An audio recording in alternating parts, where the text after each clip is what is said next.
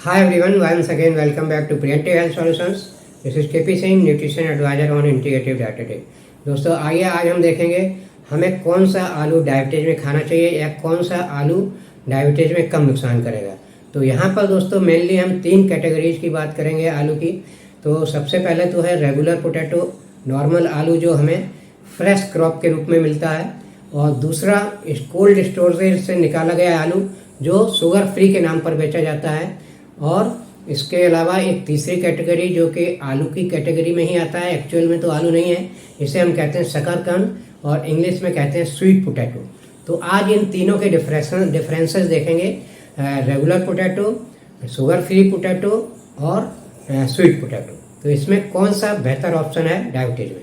तो दोस्तों पहले हम कंपेयर करेंगे नॉर्मल पोटैटो और शुगर फ्री पोटैटो में क्या अंतर है। तो जो दोस्तों नॉर्मल आलू होता है, जो कि जब आलू का सीजन होता है, जो आलू मार्केट में मिलता है हमें, तो वो हमने देखा होगा उसमें बहुत कम मिठास होता है और उसकी सब्जी अच्छी बनती है, सब्जी टेस्टी बनती है। और जो आलू कोल्ड स्टोरेज से निकाला जाता है कुछ महीनों बाद, वो मीठा हो जाता है और उसकी सब्जी अच्छी नहीं लगती है हमें। तो इसमें ये अंतर क्या होता है। तो जो नॉर्मल आलू है उसको अगर कोल्ड स्टोरेज में ले जाते हैं हम, तो कुछ महीनों बाद जो उसका स्टार्च कंटेंट है, क्योंकि आलू का जो मेन कंटेंट है वो स्टार्च है, और स्टार्च एक प्रकार का कार्बोहाइड्रेट है, और यही हजम होने के बाद, डाइजेस्ट होने के बाद हमारे ब्लड में जाता है और ग्लूकोज में कन्वर्ट हो जाता है। इसलिए हम आलू खाना अवॉइड करते हैं, क्योंकि इस तरह से डायरेक्ट कार्बोहाइड्रेट का ग्लूकोज के रूप में कन्वर्ट होना हमारे ब्लड शुगर लेवल को तेज़ी से बढ़ाता है। तो जब कोल्ड स्टोरेज से जो निकाला गया आलू होता है, जो मिठास लिए हुए होता है, उसमें और नॉर्मल आलू में फ़र्क क्या है। तो अगर देखें तो बेसिकली कार्बोहाइड्रेट तो दोनों में सेम है।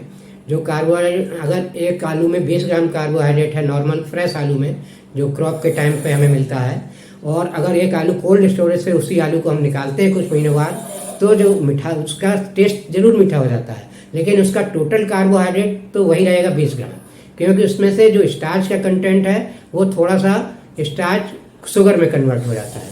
मान लीजिए 20 ग्राम टोटल स्टार्च में से 3-4 ग्राम स्टार्च जो है शुगर में कन्वर्ट हो गया, तो उससे कोई खास फर्क नहीं पड़ता है, सिर्फ टेस्ट का ही फर्क पड़ता है। अगर डायबिटीज की बात करें तो कोई फर्क नहीं पड़ता, क्योंकि आप मिठास लिए हुए आलू जो है उसमें भी उतना ही मात्रा में कार्बोहाइड्रेट है जितना एक फ्रेश आलू में है। तो दोनों को अगर आप बॉईल करेंगे तो दोनों का ग्लाइसेमिक इंडेक्स लगभग बराबर होगा, 80 के आसपास मिलता है, जो कि डायबिटीज में नहीं अलाउड है। डायबिटीज में इतने हाई ग्लाइसेमिक इंडेक्स का फूड नहीं खाना चाहिए, इसलिए आलू मना किया जाता है। तो दोस्तों ये तो डिफरेंस हुआ।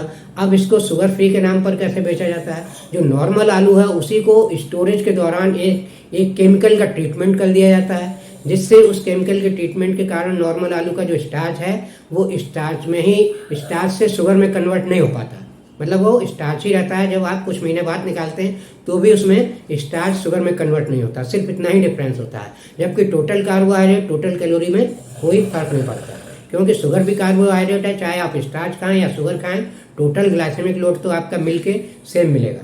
तो इस तरह से आप जो शुगर फ्री के नाम पर जो आलू बेचा जा रहा है उसको टेस्ट वाइज तो आप बेहतर ऑप्शन मान सकते हैं, लेकिन डायबिटीज के पॉइंट ऑफ व्यू से देखें तो कोई फर्क नहीं पड़ता, चाहे आप कोल्ड स्टोरेज का मीठा आलू खाइए, चाहे आप फ्रेश आलू खाइए।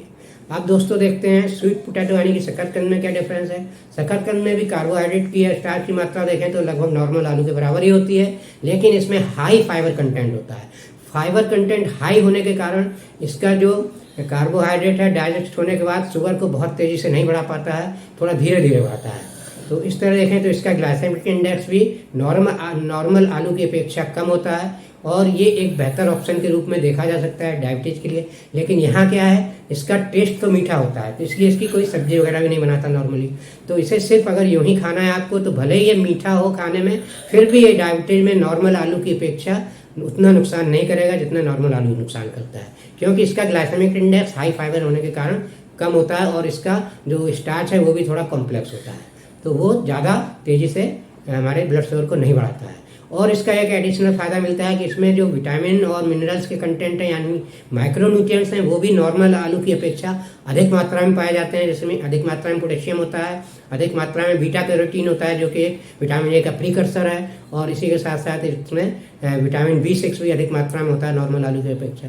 तो इस तरह से तुम दोस्तों देखें, न्यूट्रिशनल वैल्यू कंसिडर करें और ग्लाइसेमिक इंडेक्स कंसिडर करें, तो हमें तीनों आलू की कैटेगरी में, मतलब नॉर्मल आलू, शुगर फ्री आलू और स्वीट पोटैटो, यानी कि शकरकंद, तीनों में बेहतर होगा डायबिटीज़ में शकरकंद खाना। तो इस तरह से दोस्तों हमने बहुत ही एक लेमैन लैंग्वेज में इनके डिफरेंसेस समझाए हैं, ज़्यादा टेक्निकल डिटेल्स में नहीं गए हैं, बहुत कन्फ्यूजन क्रिएट होते हैं। तो दोस्तों इस तरह आपको आशा है ये समझ में आया होगा डायबिटीज में क्या खाना चाहिए, तीनों कैटेगरी में से कौन सी चीज़ बेहतर है। और इसी के साथ दोस्तों अगर ये इन्फॉर्मेशन अच्छी लगी है तो मेरा वीडियो लाइक और शेयर करें। चैनल सब्सक्राइब नहीं किया तो प्लीज़ चैनल सब्सक्राइब कर लें। Thank you very much, see you in next video.